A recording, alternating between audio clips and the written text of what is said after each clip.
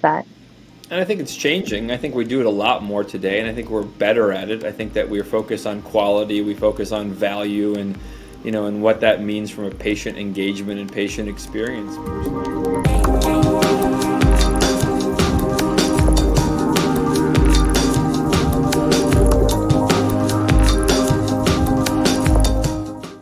Welcome to Sharp Conversations.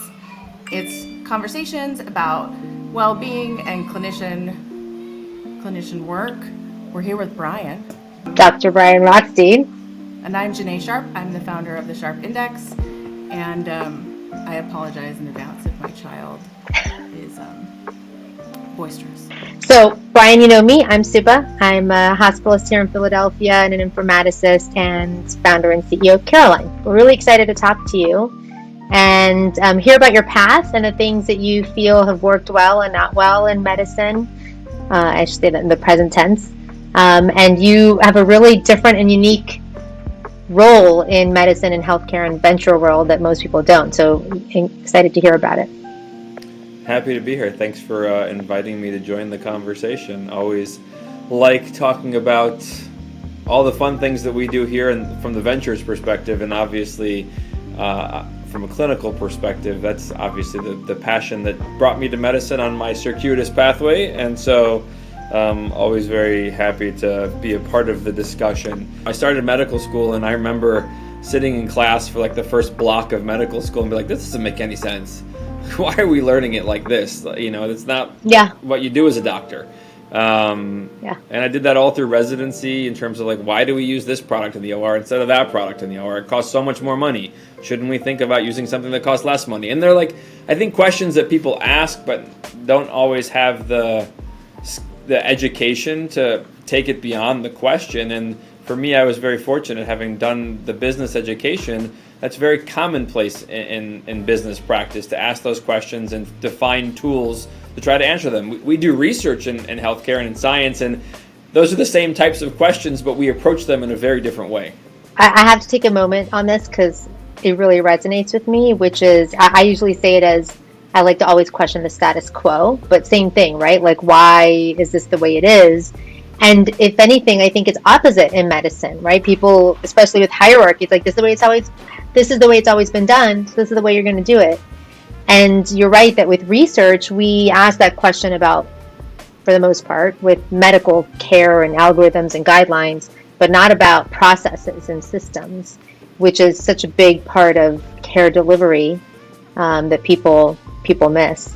So I love that. And I think it's changing. I think we do it a lot more today, and I think we're better at it. I think that we focus on quality, we focus on value, and and what that means from a patient engagement and patient experience perspective. But I still think we have a heck of a way to go in this country in particular when it comes to thinking about putting the patient in the middle of everything. We say it a lot, but in practice, because of the legacy and the tradition, Subha, that you just shared, I don't think we do it a lot, unfortunately. Living a better lifestyle and a lot of other things, but it goes down to what drives you, right? That's the advice I give people when they're asking about medicine is, I think we're really fortunate that our day job is helping people.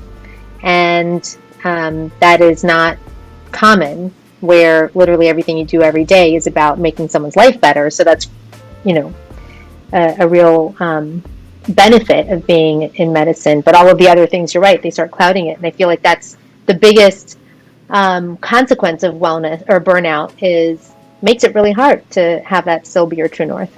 I think that when you can remember that piece of it, I think it makes it easier. I also think that finding ways to be able to compartmentalize a little bit. I think when you bring your work home with you every day, it can be very challenging to live a normal life, especially if you take care of really sick patients or, manage very challenging social dynamics. Unfortunately, I take care of a lot of kids who are, victims of abuse.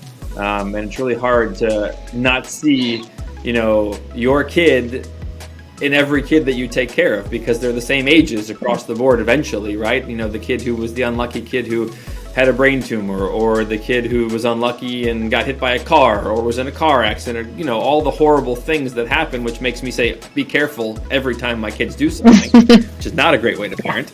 I have a question that actually came from Kavitha Reddy. She works at the VA, Veterans Health, and talking about well-being. She said a lot of the time, there's a gap in being able to show the value of a certain program or a certain product. Like when it's long-term, it's harder to show value.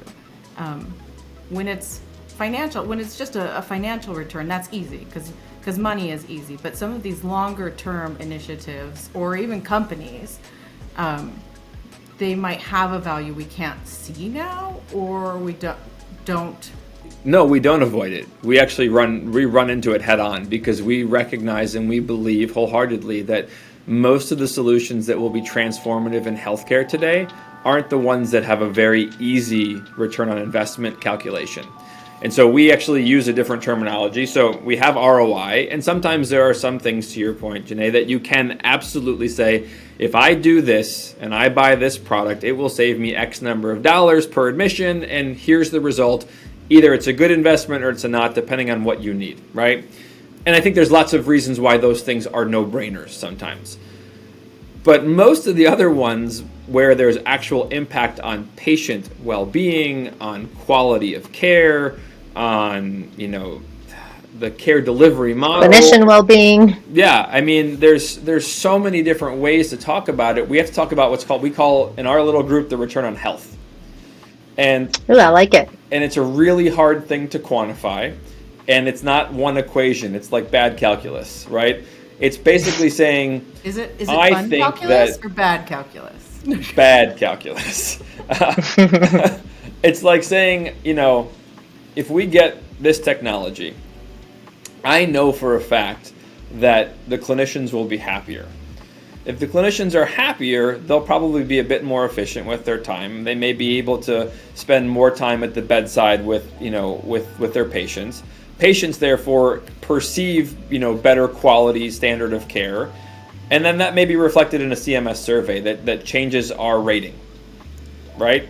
From a reimbursement perspective, or whatever, however you want to slice that. From a risk perspective, if you have risk-based contracts, all of those things. And so, but it's so hard to quantify that, right? Because it's not going to mean that it's 10 more MRIs that are ordered.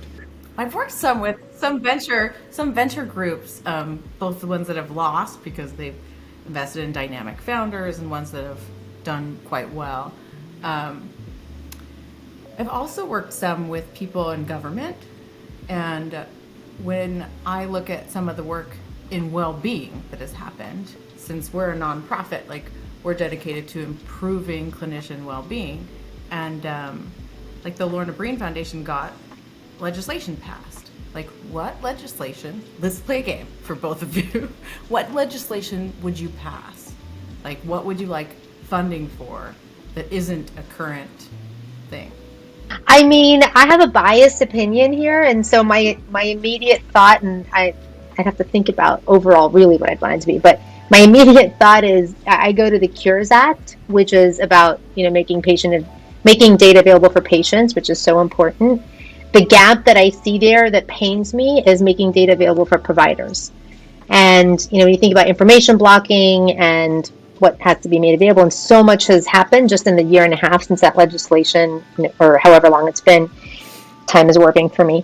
But as a provider and as a person who's dedicated to making it easier for providers to take care of their patients, we're kind of left out of the equation. So administrators get the information they need, payers need to get the information they need, patients theoretically are now being able to get the information they need, but providers are not. So if there was a way to bake providers into the Cures Act to say, no, you cannot block information to a provider who says, I need to be able to provide care and this is how I need to get data, and it's a different cross-section of data, right? Because when it's a patient, it's one person at a time.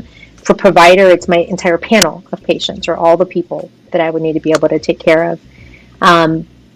That I think would be tremendous, because there's so many inefficiencies, so much waste in utilization, but importantly, delays in care and bad decisions because we just don't have the data that we need.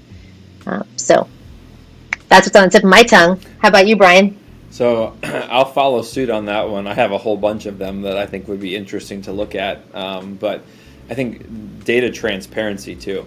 Not just access to the data, but transparency in with regard to what the data actually means and who's seeing it and why they're seeing it and who's benefiting from it and not benefiting from it.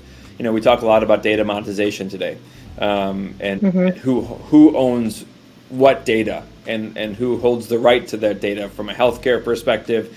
Is it the hospital? Is it the patient? Is it shared value? Can we leverage data to help patients by incentivizing them to use that data more effectively, right? We ask that question all the time with companies that we look at that are trying to do that.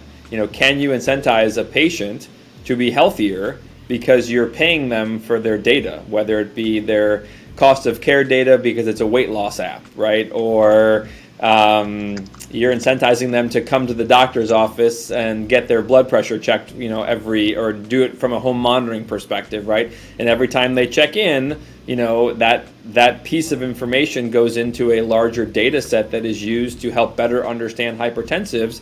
But because they're participating, they get a little something back. There's, I think, some really interesting ways to leverage data, not only, Subha, to your point around doing better with care, but also finding ways to get patients more engaged with their own care if you do it in a creative and exciting way. Yeah. So you would fund more money for patients to be paid for their data, because that's going to be popular.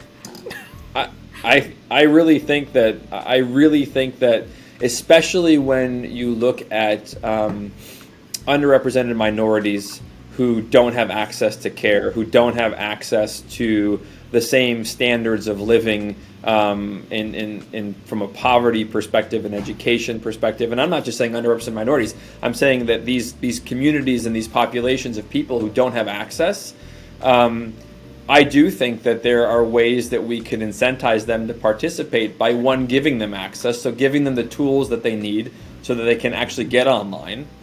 And once they're online, allowing them to harness that information for their own benefit, I think is a really interesting and compelling methodology to try to get people more engaged in their own healthcare. And I think that, so to go back to your question, Janae, around where does it fit into the venture space? I think it's right smack dab in the middle of it, right? Our job is to go out and find innovative tools that make doing your job as a clinician easier, more efficient, and better, not only for the physician, but also better for the patient. So, are there care coordination tools that we can take advantage of? Are there remote monitoring tools that we can build with companies that allow us to, monitor and actually treat chronic illness outside the hospital in a more preventative and predictive way that enhance your experience, as the clinician, especially, Subha, the hospitalist who sends a patient home who was in for an acute COPD exacerbation. They get their steroids, they get their inhaler, they get their respiratory treatment, and they're better, and they go home. But we know that they're the highest rate of readmission in this country because they're not compliant or because of the environment that they're in. So what do I do as a innovator in healthcare to make sure that I'm thinking about not only that patient, the cost of that patient back to the hospital when they get readmitted in under 30 days, but also the value that I bring to Subha as a clinician to make sure that I'm bringing the solution that solves many problems, not just one.